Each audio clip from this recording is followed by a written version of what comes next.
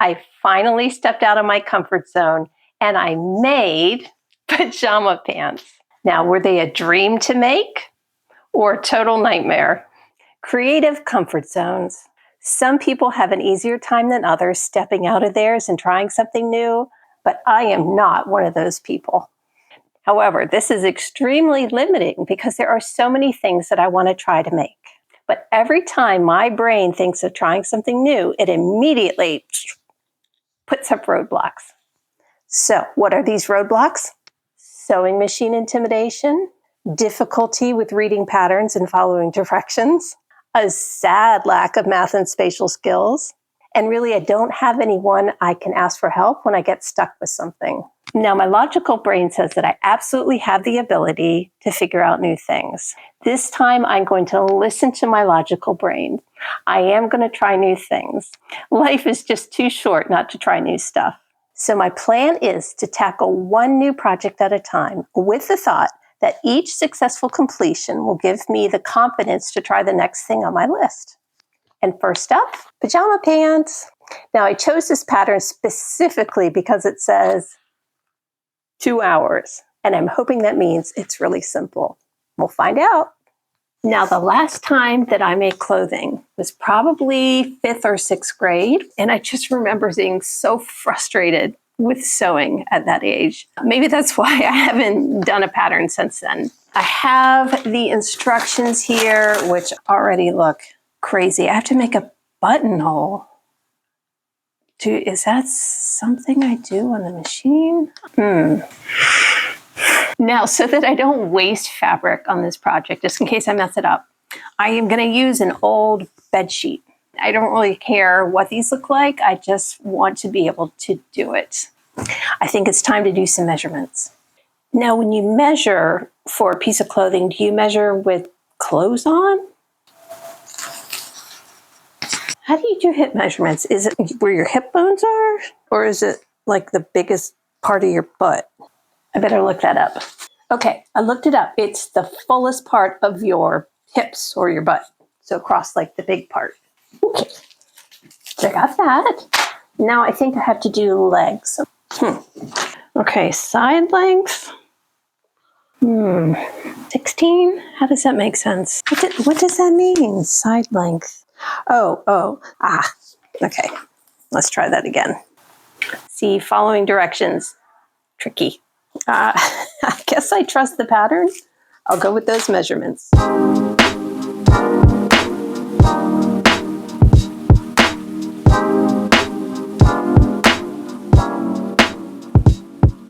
So apparently you're supposed to iron pattern pieces to get the wrinkles out. Okay. Don't want to burn them up.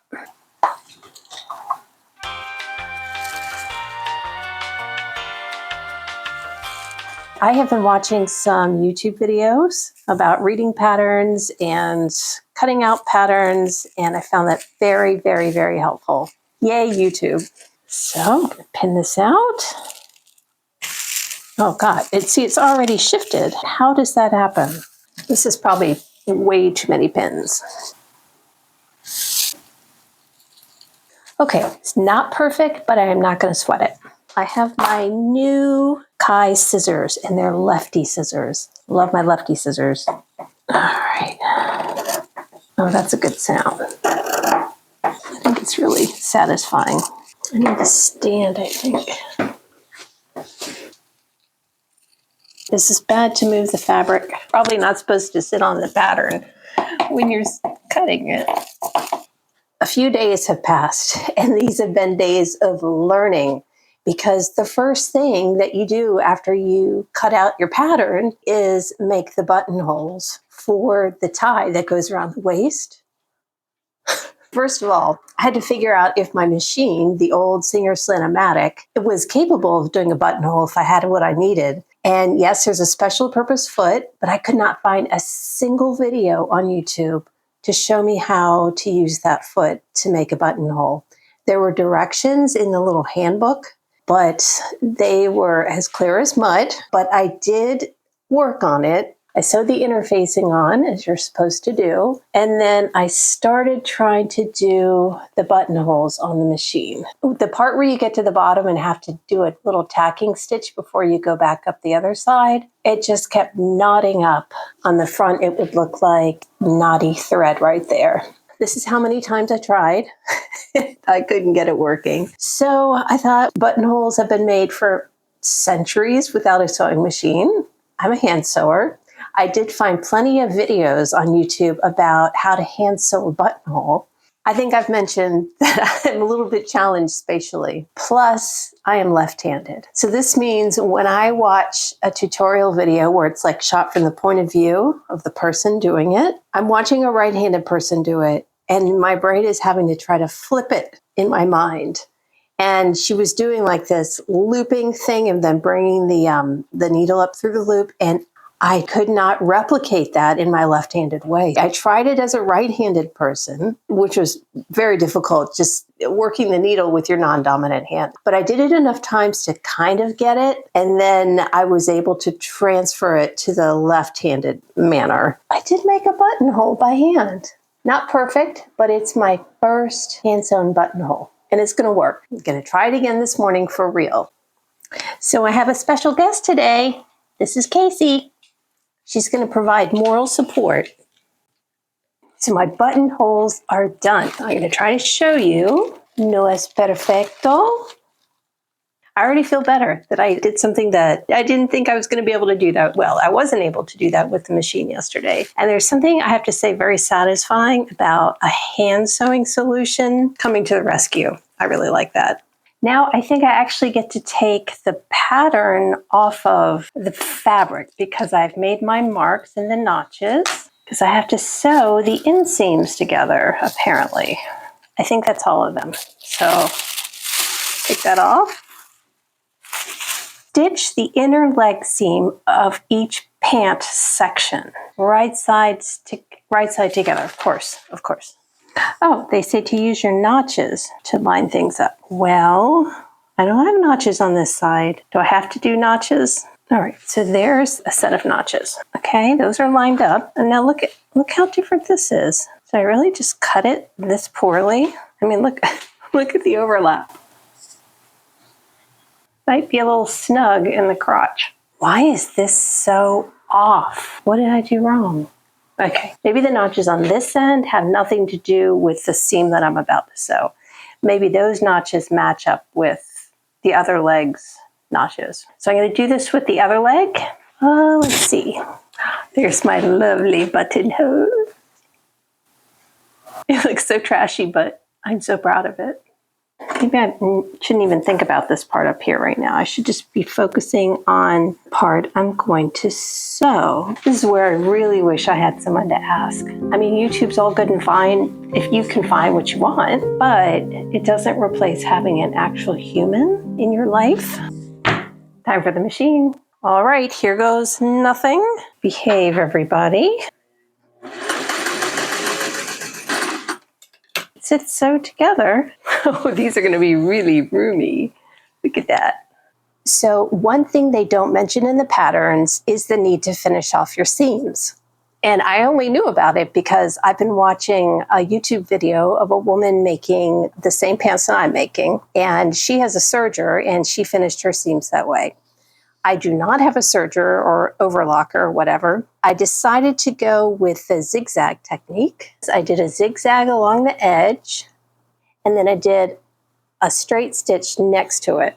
So I think these seams should be pretty secure. Did great with the first one. I was so excited. And then my second attempt was so bad. The fabric kept bunching up, so I've got these little creases in there. I don't understand. I mean, there's beginner's luck, but what do you call when then you mess up from here on out? I'm in the stage now where I can put one leg inside of the other, but I am not going to tackle that today. That's for tomorrow. But so far, I'm really, really happy with my progress. I'm just hoping it all comes together right here. Is it inspection time? You're sitting on the one that's good. Let me show you my other one. What do you think of this one? You wouldn't wear it, would you? It's a new day.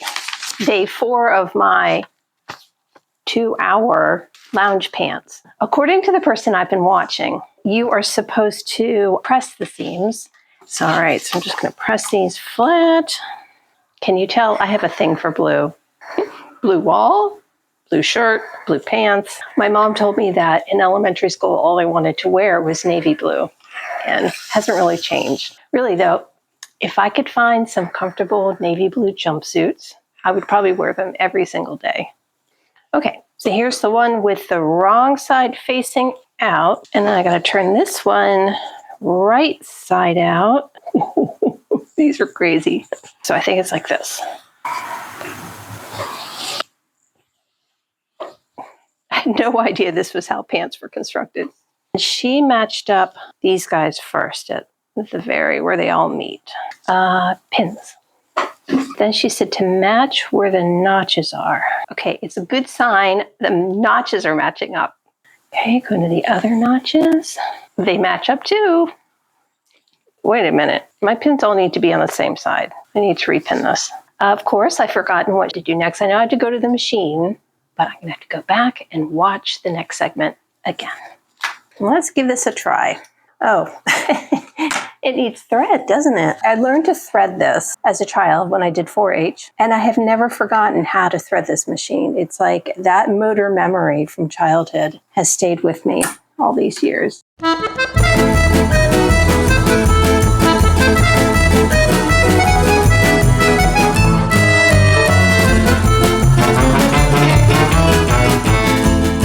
Look how badly it's just fraying. This is the waist area here. So I did a zigzag stitch, but I feel like, I don't know if I just did myself a favor or if I just shot myself in the foot. Hopefully that'll help stabilize that edge. It's going to be turned under for the waistband. And speaking of that, I have such a tiny little waistband area. I mean, look at the buttonholes. They're right up at the top of the waistband.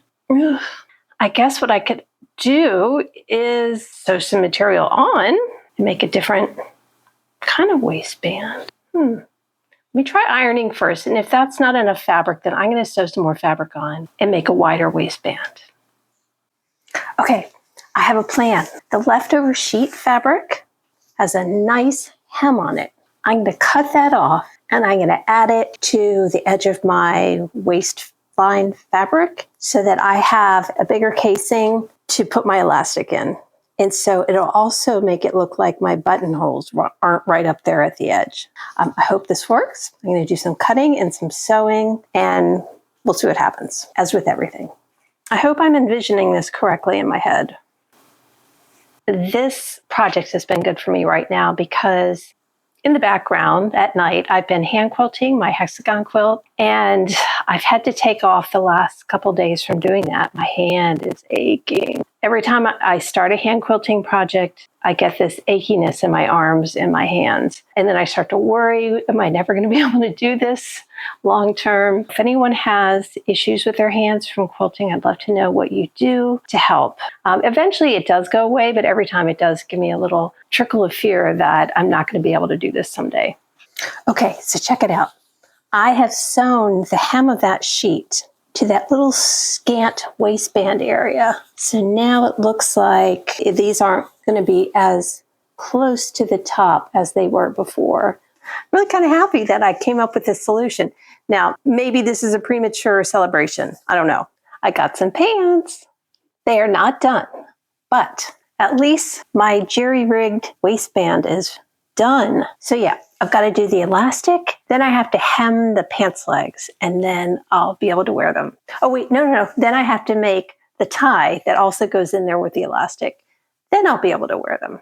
Look at this big, roughly elastic waistband I ended up with. I don't know what is wrong with it. Maybe it'll look better when the tie is in there.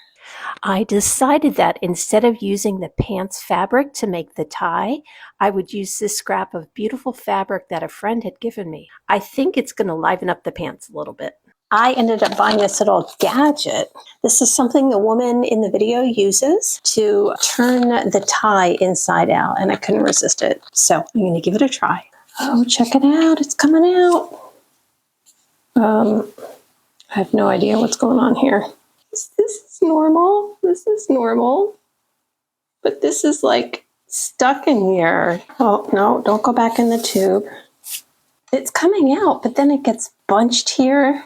This is what I'm left with. I had to unpick part of it. I ripped some of the fabric. I don't know what I'm going to do. Look at that. I just ripped through my nice little seam that I had sewn. I mean, I'll be able to somehow make it look okay, I think, but I'm just disappointed that this easy peasy tool did not turn out to be easy peasy. Do you want to see what a sewing tantrum looks like? This is what it looks like.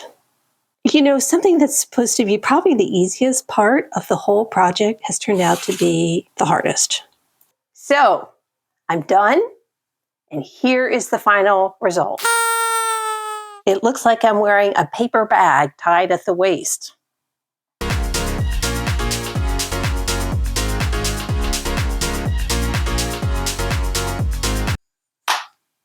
Well, they are comfortable. They are certainly roomy, but looking up here, I'd say the biggest fail, obviously, was my tie at the waist. And then the other mystery problem is this crazy ruffly waistband. But this is not a flattering look for anybody. So yes, I stepped out of my comfort zone and I tried sewing clothes. It went okay. Will I do it again? I'm going to make myself do it again. But yeah, it was not my favorite thing to do, but I feel a little bit more confident. And I don't know. Thank you so much for watching my awkward sewing journey. If you haven't subscribed, I would love it if you join me on my channel and give me a thumbs up. I will see you next time. Bye.